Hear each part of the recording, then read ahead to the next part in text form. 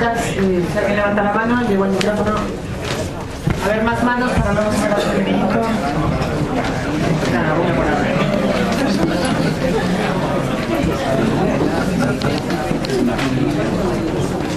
Hola, muchas gracias por la charla. Yo tengo una pregunta, vamos, una reflexión y por favor ayudadme.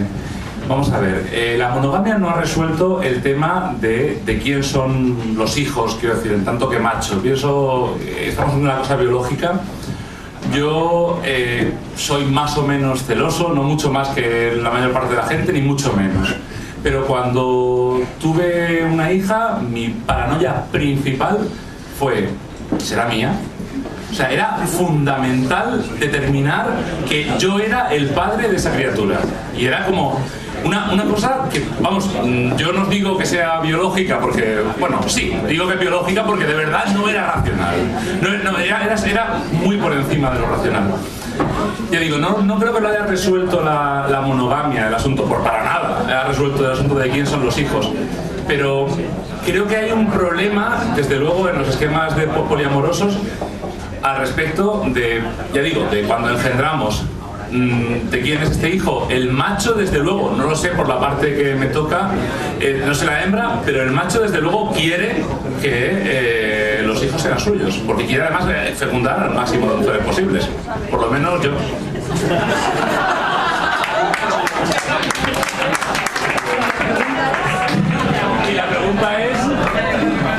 Y la pregunta es ¿cómo resuelven los esquemas poliamorosos el asunto de la parentalidad? No tengo ni idea de cómo lo resuelven. Me imagino que tendrá que ver con el acuerdo al que lleva cada relación poliamorosa. En particular, si quieres estar seguro de que ese hijo es tuyo, pues lo que tienes que hacer es decirle a tu pareja femenina que por favor utilice métodos anticonceptivos con el resto de los que se acuestan. No se me ocurre otra opción. Por supuesto. Después del berenjenal que me metió. A ver, no es un berenjenal, es una cuestión lógica. Entonces, la primera cosa, existe gente que vive en esquemas de pareja abierta o poliamorosos, porque esto, si os habéis dado cuenta, yo creo que hemos dejado bastante claro en la charla, hay todo un gradiente en cuanto a desde gente que lo único que hace es intercambio sexo en pareja, pero que van siempre ellos en pareja a tener sexo en pareja, hasta gente que tiene relaciones estables, amorosas, emocionales, con otra gente, o sea, hay todo un gradiente ahí.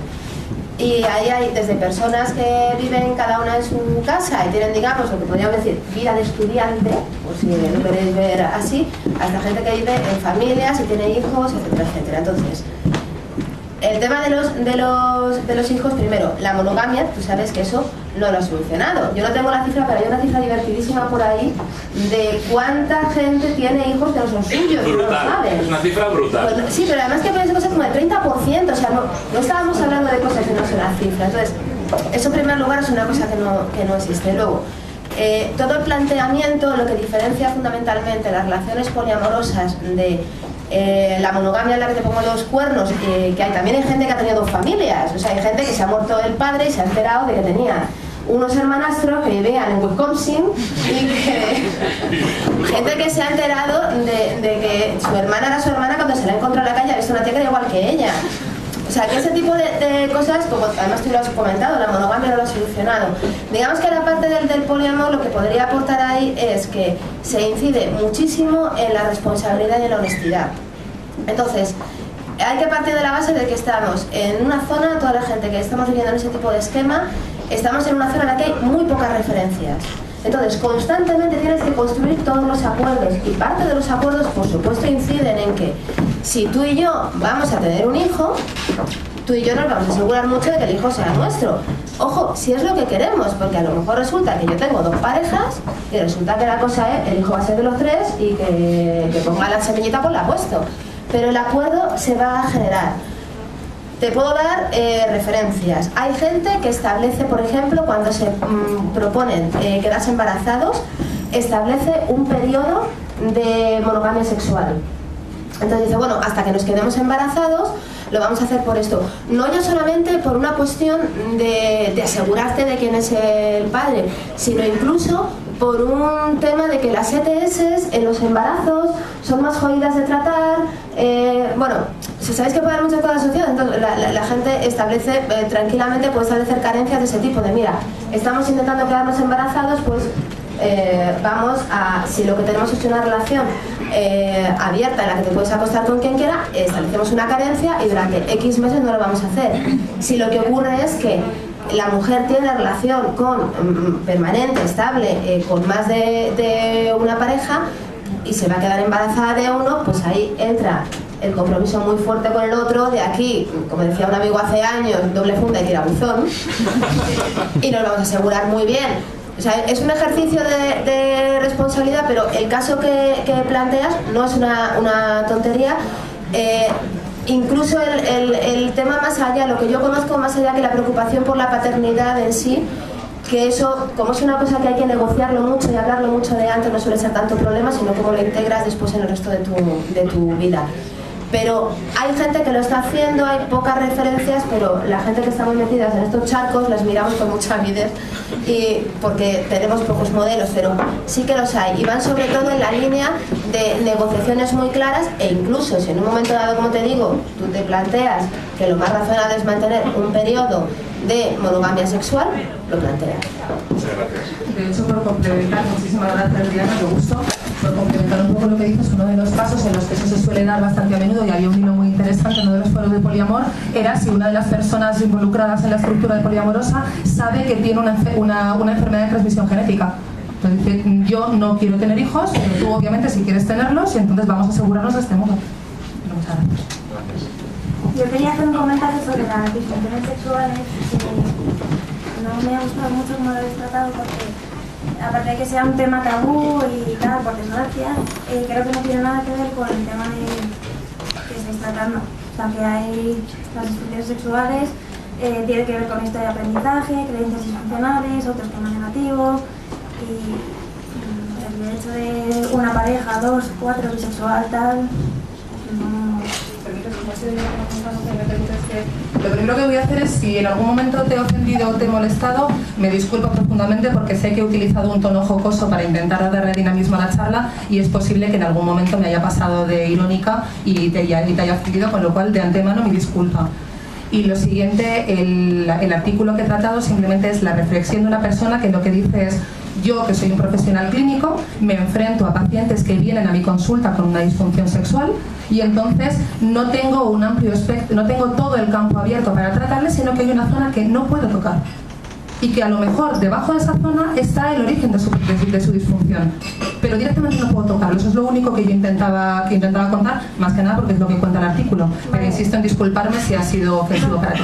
Sí, bueno, yo soy psicóloga clínica también, y en el tema de lo que tú ves, yo lo veo como una creencia disfuncional que se ha aprendido, el tema religión, represión, tal, pero así generalizar y tal, pues sí, un tema que...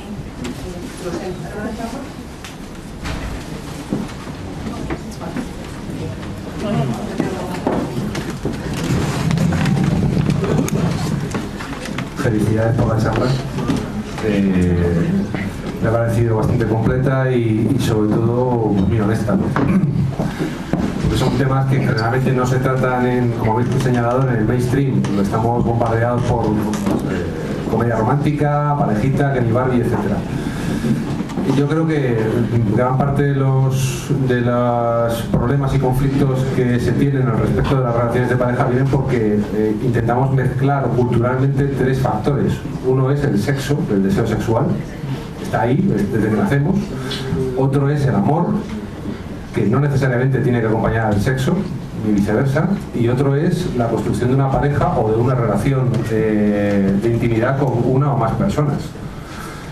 Yo de hecho me puedo imaginar una relación de familia en la cual pues se da cualquiera de esas relaciones cruzadas que habéis descrito, pero que no necesariamente tenga que tener el factor el deseo sexual en todas las intersecciones. Entonces, ¿hasta qué punto? Porque esto, claro, lo habéis tocado en el recorrido histórico, crear un marco social para una función reproductiva con una seguridad de transmisión de la genética, que es un poco la apropiación de la mujer como un objeto más o como un animal de ganadería más para parir niños, que es la degradación que se da a partir de la Revolución Agrícola. Y por otra parte está el tema del amor romántico, que es lo que surge inspirado por las novelas de caballerías en el siglo XIX, etcétera, que es lo que termina de complicarlo todo, porque al final queremos construir una pareja monógama según las normas, que además reine el deseo, si falla el deseo algo falla en la pareja, entonces no hay construcción. Queremos hacer un castillo de naipes muy complicado.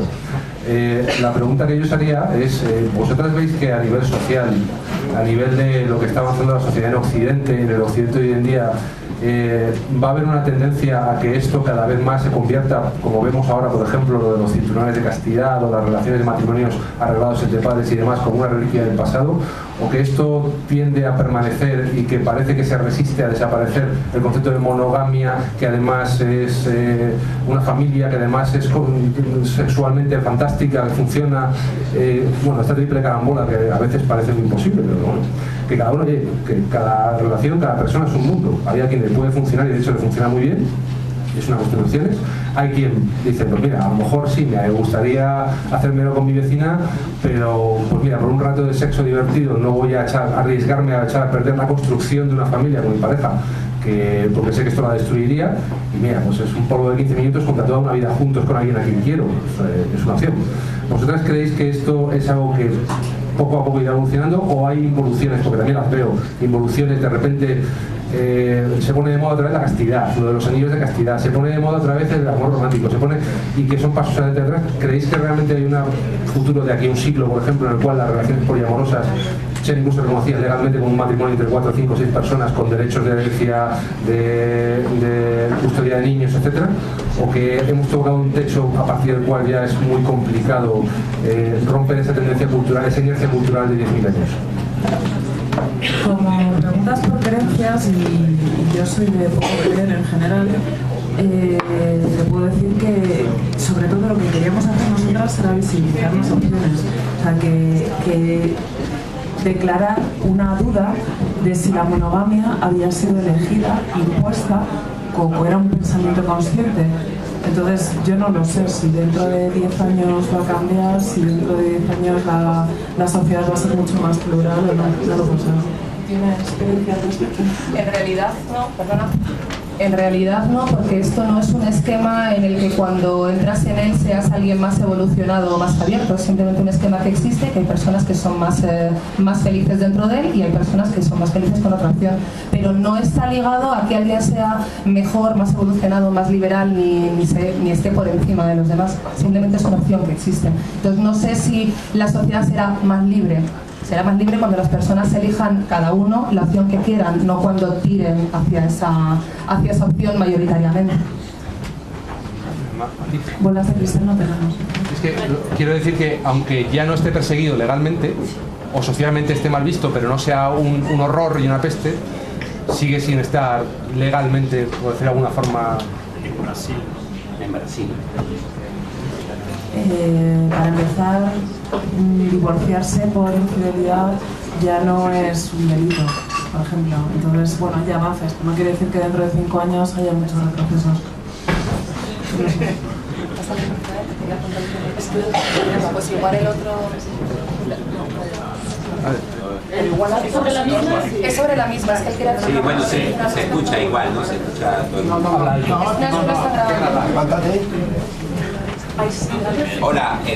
bueno, con respecto a la... Hola. Sí, con respecto a la pregunta que tú estabas haciendo, en Brasil hace pocos meses hubo un matrimonio de 3 personas, un hombre con 2 mujeres.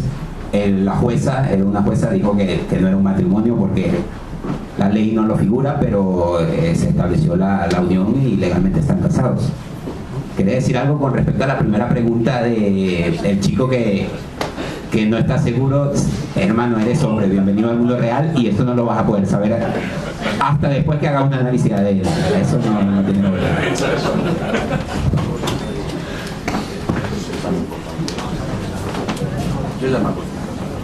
Bueno, quería dar las gracias por la charla, me gustaba mucho y me parece muy bien que se hable de esto, que se haga visible, porque creo que es la primera vez que lo oigo así, además con tanta gente, lo creo muy necesario. Te quería preguntar por un tema, porque has pasado de puntillas, has dicho una sola frase y me he quedado con la duda. Cuando has hablado de los hijos, o sea, en un grupo, por ejemplo, de poliamor, con varias personas que tienen hijos en común, evidentemente, o sea, se necesita un hombre y una mujer para tener un hijo, pero la crianza, quiero decir, a nivel biológico. No, es que los hijos se pueden tener entre dos mujeres que una se fecunde con esperma de la persona que no sea la pareja. Recuerda que estamos en un esquema de pareja, pero continúa. Sí, bueno, quiero decir, con cierta facilidad, sin recurrir a más mecanismos, pero ¿por qué la crianza también se tiene que dar por sentado que tenga que ser entre dos personas? Es que me ha parecido que tu frase sí que lo expresaba así, o sea, que era como, bueno, pues eso también así. Quiero decir, habría que a lo mejor que empezar también a cambiar eso, y a lo mejor criar los hijos en común, la propia frase ya suena un poco rara, pero sí, quiero decir, es que veo muy difícil llegar a adultos y cambiar el chip realmente. O sea, lo ideal sería que los niños no tuvieran esa impronta cultural de, bueno, yo es que tengo que unirme sexualmente a un hombre o a una mujer incluso y ya voy a ser homosexual. No, es que yo puedo unirme sexualmente a quien quiera, y eso no tiene por qué venir después cuando soy adulto y lo decido. Es que desde niño creo que debería existir por lo menos esa idea alrededor, tampoco forzada, porque entonces estamos ya hablando de lo mismo, ¿no? De hecho, he debido no dejarlo muy claro o expresarme mal, porque lo que hacía era recobrar como anécdota una vez que me comentaban, hablando de poliamor, bueno, pero ¿y el asunto de los hijos cómo se lleva? O sea, no era algo que estuviera yo justificando ni explicando, sino recordaba una anécdota pasada en la conversación con otra persona. Entonces, que los hijos que se tengan en esquemas poliamorosos sean criados por todas las personas involucradas en esa relación a la vez, pues no sé exactamente en qué grado tendrán más o menos autoridad las personas, autoridad sobre el nene, es decir, si cada una de las personas de ese esquema tiene una idea distinta o con matices respecto a la crianza, pues ellos acordarán hasta qué punto la opinión de unos pesa más que la de otros, si es que lo acuerdan. Pero en general, lo único que tenemos hasta ahora es el marco legal de que un hijo solamente puede ser legalmente de dos personas, ¿vale? Y nada más. Que tú tengas un hijo y lo quieras criar en un esquema poliamoroso en el que además todas esas personas viven juntas y tú además hayas, entre comillas, salido del armario, pero se lo vayas a ocultar a tu hijo, sí que es imposible, ¿vale? Se va a dar perfecta cuenta de que sus papás pues viven en un ambiente, o sus mamás, viven en un ambiente en el que hay relaciones afectivas con mucha más gente, y si además es un esquema que tú has elegido voluntariamente, pues lo has elegido voluntariamente porque consideras que es lo mejor para ti y para la gente a la que amas. Con lo cual, pues dudo que al nene se le oculte esa característica, sino todo lo contrario. Pero no, yo no decía que los niños deban ser criados por dos personas, sino que solo expresaba el que es una duda muy común cuando hablas de poliamor. Y perdona, con respecto a lo de los niños, que cuando uno es ahora solo se podía obtener dentro de una pareja heterosexual, los homosexuales, tanto mujeres como hombres, a lo largo de la historia, que siempre ha habido, han tenido sus hijos, sea con otras parejas. Entonces, lo único que desde el poliamor se está visibilizando, se está decidiendo desde una persona, desde su libertad, cómo va a montar una relación y con quién va a querer reproducirse. Hola. Vamos a ver, varias cuestiones, pero por simplificarlas, tengo 4 notas aquí muy rápidas.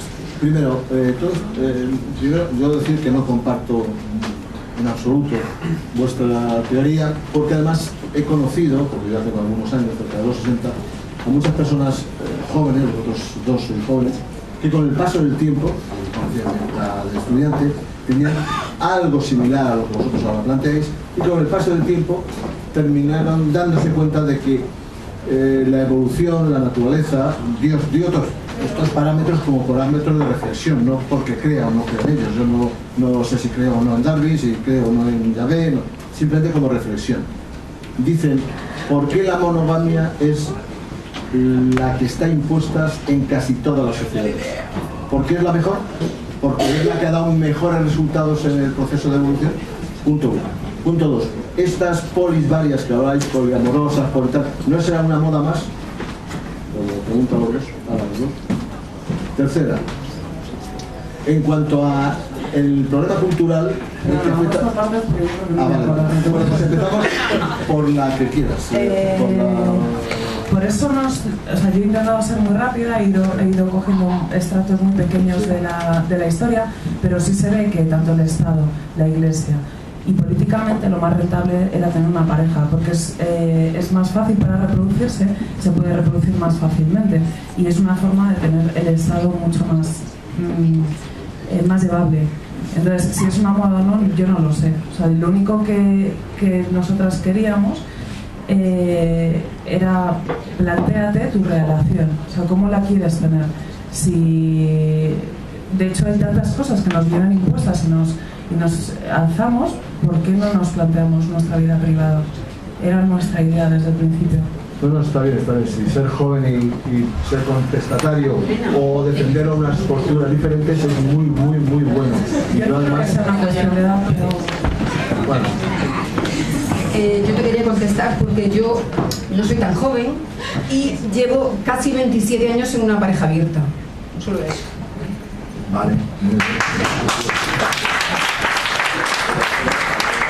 Me alegro que mi planteamiento haya tenido críticas, eso es bueno, que hay gente que pensamos de otra manera. Yo no digo que no funcionen esas excepciones, también, por lo menos las que yo conozco. Yo conozco a mucha gente, tengo la suerte de haber hablado con mi trabajo, con mis conocimientos, con muchas personas, y la mayoría de las personas que yo trato, a lo mejor no aquí, pero que sí que conozco, no son de la filosofía vuestra. Eso no quiere decir que sea errónea ni mala. Punto dos, son visibles, es decir, que es muy difícil llegar a un bar y decir, ay, pues yo es que comparto con mis dos maridos, o comparto he estado con mi amante que lo conoce y se ha cortado mi marido en el taller mecánico. Y choca, o sea, hoy en día choca. ¿Y eso tú crees que es una cuestión educacional o es una cuestión genética? ¿Hay un componente genético importante? Confundir amor con sexo es muy complicado. Yo te añadiría otro punto de vista, que es el sociológico. O sea, que desde el punto de vista racional, eso lo vamos a entender muy bien aquí. Y es comportamiento humano, sí, el que si tú te apartas de lo que hace la mayoría o te va a criticar o te va a apartar de la mayoría.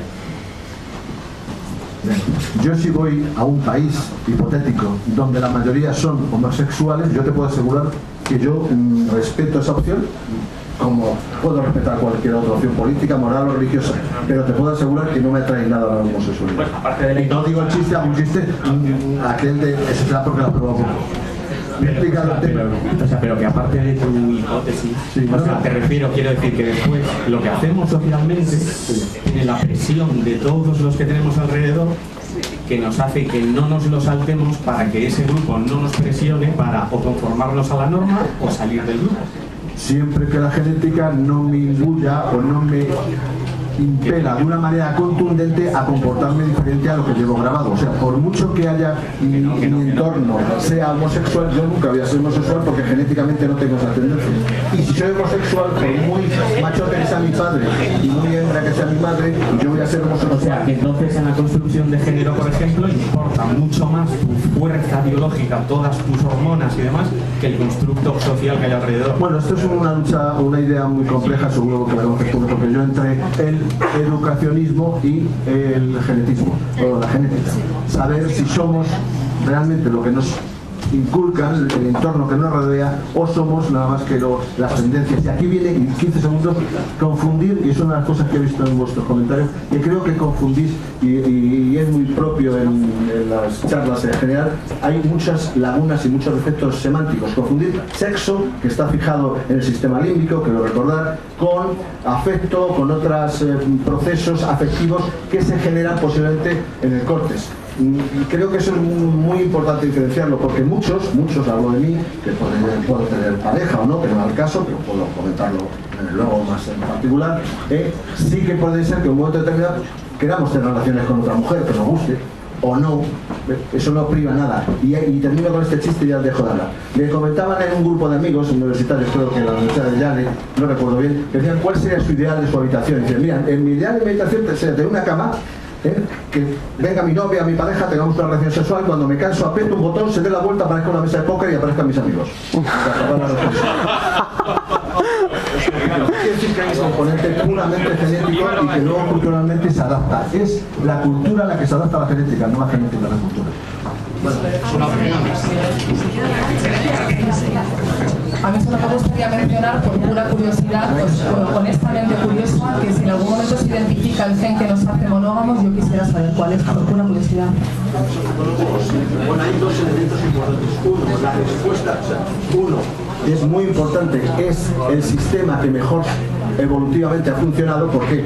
Porque un macho que tiene relación con 7 u 8 hembras, hablo de los monomos que has dicho antes, posiblemente esas crías murieran todas de hambre, de inanición y falta de protección. Y cuando estaba el macho cerca, y por cualquier documental que veáis de la 2, donde las parejas, donde hay un proceso donde las parejas hay un macho, digo macho por la cuestión de la fuerza, no porque las hembras posiblemente sean más inteligentes, sino porque ese gen, no sé si existe ese gen, yo no soy genetista, lo desconozco, lo que sí sé que en mí hay un gen que me hace tender hacia ti, hacia las mujeres en general, no hacia los hombres.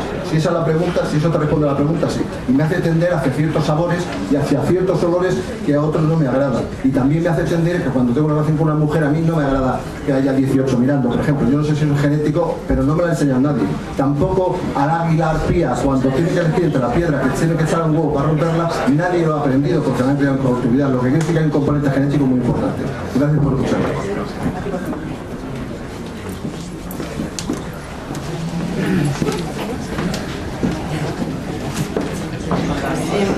Era para responderle a este caballero un par de puntos. Estudio medicina, entonces me voy a permitir decir palabras de mis profesores. Lo de los bonobos, para empezar, es un matriarcado, con lo cual ahí el poder imperante está en el poder femenino y no en los hombres, con lo cual es como el primer punto. Lo de la monogamia no lo sé, pero el papel imperante, digamos, de la fidelidad en el humano es el de la oxitocina, que es la hormona que se secreta, pues se le llama la hormona del amor, porque eso se secreta en los orgasmos, en el parto, cuando le das un abrazo largo a alguien, es la del afecto. Ahora, una cosa es la endocrinología, como se agota, y otra cosa es lo que la persona quiera construir de sus relaciones personales, de sus vivencias y demás. Con lo cual, yo creo que con el tema que estamos tratando, en parte son muchas opiniones propias. Respecto a lo de la genética, también hay otra cosa que se llama epigenética, que es que cualquier cosa que hagas se va a quedar marcada en tus genes. Si tú fumas, se lo vas a pasar a tus hijos. Cualquier cosa que hagas va a quedar marcado. No. Bueno, cualquier cosa queda matizarle, perdón.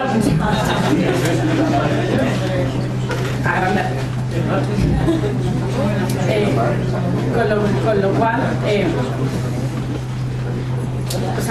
aparte de que son opiniones de cada uno en este tema y de cómo cada uno se lo quiera tomar, yo creo que no la magia, pero la gracia de esto es el hecho de tener opciones.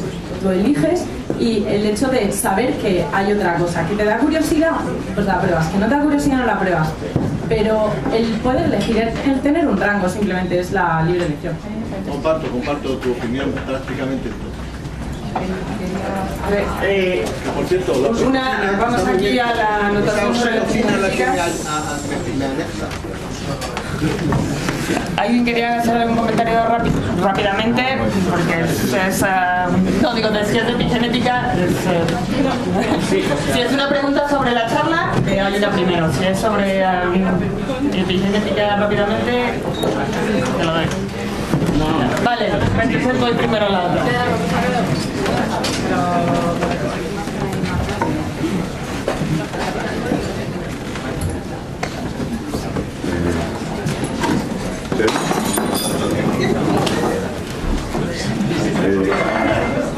¿Me oís? Sí. A ver, varias cosas. Primero, os veo menos escépticos que nunca. Francamente. De las veces que he venido por aquí, me acuerdo cuando vino aquí Michael Shermer no hace mucho y prácticamente le seccionaron de arriba abajo. Y aquí hay algunas tesis francamente débiles que están siendo muy poquito, no sé, muy poco criticadas, muy poco analizadas. Vamos a ver, La inmensa mayoría de los caracteres fenotípicos que tenemos en nuestra especie son poligénicos. Entonces preguntar por cuál es el gen de algo, pues está bien para los ojos azules, pero a ver, tenemos tendencias que no dependen de un gen, no dependen de que nos toque el alelo 1 o el alelo 2, sino que dependen pues, de unas combinaciones complejísimas que no conocemos del todo, que tienen que ver con la síntesis de proteínas, que tienen, en fin, etcétera, etcétera, etcétera. No voy a poner a darle coñazo aquí como en clase. Segundo, creo que la gran pregunta aquí en cuanto a la monogamia es: ¿existe una tendencia en nuestra especie a la monogamia desde el punto de vista biológico? ¿Sí o no? ¿Hasta qué punto? ¿Hasta qué no punto? Los gorilas se lo hacen a su modo, tienen una espalda plateada que es el único que folla. Los chimpancés se lo montan a su manera, son bastante más promiscuos, aunque manifiestan sus preferencias. Los bonobos utilizan el sexo. Yo la verdad es que me cuesta muchísimo trabajo hacer algún tipo de inferencia sobre cuál es la fenomenología de un paniscus. Desde luego parece claro que lo usan para resolver cuestiones sociales. Pero ¿nosotros a dónde vamos? O sea, es decir, está perfectamente claro, y yo creo que nadie lo duda, que los seres humanos somos lo bastante, que somos capaces de hacer cosas tan absolutamente increíbles como el celibato. Claro, si somos capaces de ser célibes, somos capaces de ser poliamorosos, somos capaces de ser absolutamente cualquier cosa, pero creo que esa no es la cuestión. Evidentemente, puede que seamos monógamos, digamos, natos, como son una grandísima cantidad de las especies de aves, que una y otra vez vuelven a las zonas de nidificación y se juntan con el mismo compañero o compañera. Cuidado, compañero o compañera, muchas veces homosexual, que hay muchas especies de albatros, que son las hembras las que se inseminan y luego van a su rollo de las dos chicas y que nadie les moleste. ¿Somos nosotros así o no? Yo creo que esa es la gran cuestión. A mí me da la impresión de que, como muy bien decía alguien antes, hay una serie de circunstancias bioquímicas que hacen que en un momento determinado tengamos una preferencia tan extrema por un mate, por un compañero, por un partner, que pasamos de todos los demás a tope. Es decir, es que aquí hay alguien que no se haya enamorado nunca. ¿No os acordáis? Es que te da igual, o sea, el resto del mundo no existe, y incluso si el resto del mundo existe en algún resquicio, dices no, a ella no le gustaría. Y ya está, y ahí te paras. Es decir, ¿eso hasta qué punto es cultural? Porque hay culturas que hacen cosas muy extrañas desde nuestro punto de vista. ¿Hasta qué punto? Yo creo que esa es la gran cuestión. ¿Tendemos a la monogamia de forma biológica o no? Y a mí me da la impresión de que uno de los argumentos que aquí se han utilizado, que es que la infidelidad sea contraria a la monogamia, es un argumento erróneo. Muchas especies de aves son monógamas e infieles. Nosotros es posible que seamos monógamos e infieles. Dicho sea de paso, las dudas sobre la descendencia en el caso de los machos se disipan rápidamente cuando tienes los ojos de tu madre. Tenemos un gran computador de caras en nuestro córtex y somos capaces de reconocer unos parecidos faciales absolutamente apabullantes y absolutamente capaces de disipar la última duda que no pudiera tener al respecto. Hombre, a ver, cuando es positivo está claro, cuando es negativo te puede quedar la duda, ¿de acuerdo? Pero en definitiva, a mí lo que me da la impresión es que no ha quedado en absoluto, no iba a decir concluso o concluido, pero es que no ha quedado, creo que ni debatido hasta qué punto tendemos a monógamos, porque evidentemente tendemos a xenófobos, señores. Nos criamos en un mundo muy difícil en el bosque estepa africano, donde los recursos eran muy escasos y nuestro peor enemigo es la banda de enfrente, la banda limítrofe.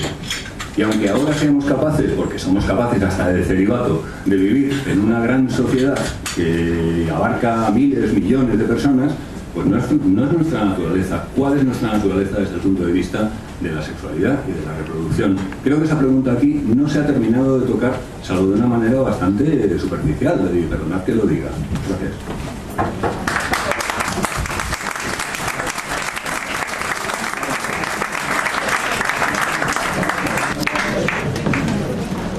Bueno, creo que ya la última para que los que se quieran quedar a cenar. Es que yo lo que creo que se está haciendo con la monogamia es como meter en un mismo saco la hostia de monogamia. O sea, porque la monogamia de parejas homosexuales. O sea, que creo que se está haciendo un gran pack de monogamias, pero que hay la hostia de tipos de monogamia y dentro de tipos de pareja o de distintos tipos de personas. Yo es que tenía ganas de hacer como una pregunta, un ejercicio de sinceridad, y esto solo se lo quiero preguntar a los que se identifiquen aquí como hombres y los que se identifiquen aquí como heterosexuales. No hace falta que levantéis la mano ni nada. Pero, o sea, ahora pensemos en una situación hipotética en que vuestra pareja, que sería chica, por esto de que sois heterosexuales, os dice: no sé por qué, pero es que me pone cachondísimo que folles con cuantas tías mejor. Yo no tengo ganas de follar con nadie, o sea, contigo sí, pero no con más gente. Tú puedes follar con quien quieras. Mirándome a los ojos, a ver si tenéis los huevos de decirme: yo no iba follando por ahí. Bueno, depende. Y, o sea, con eso os lo digo como la tendencia natural. No lo sé. Yo creo que mi opinión en eso es que creo que socialmente el cinturón moral, digamos, que tiene el hombre heterosexual en esta sociedad que tenemos es pues como mucho menos apretado que el que una chica que diga lo mismo, de tengo ganas de follarme a todo lo que se mueva porque me lo paso de puta madre follando, y va a ser su madre, su novio, sus vecinos, sus compañeras de piso decir: no te estás pasando un poco. Pero que depende, o sea, no es monogamia, es monogamia de quién. Y ya está, ahí lo dejo. Bueno, un aplauso para la cena.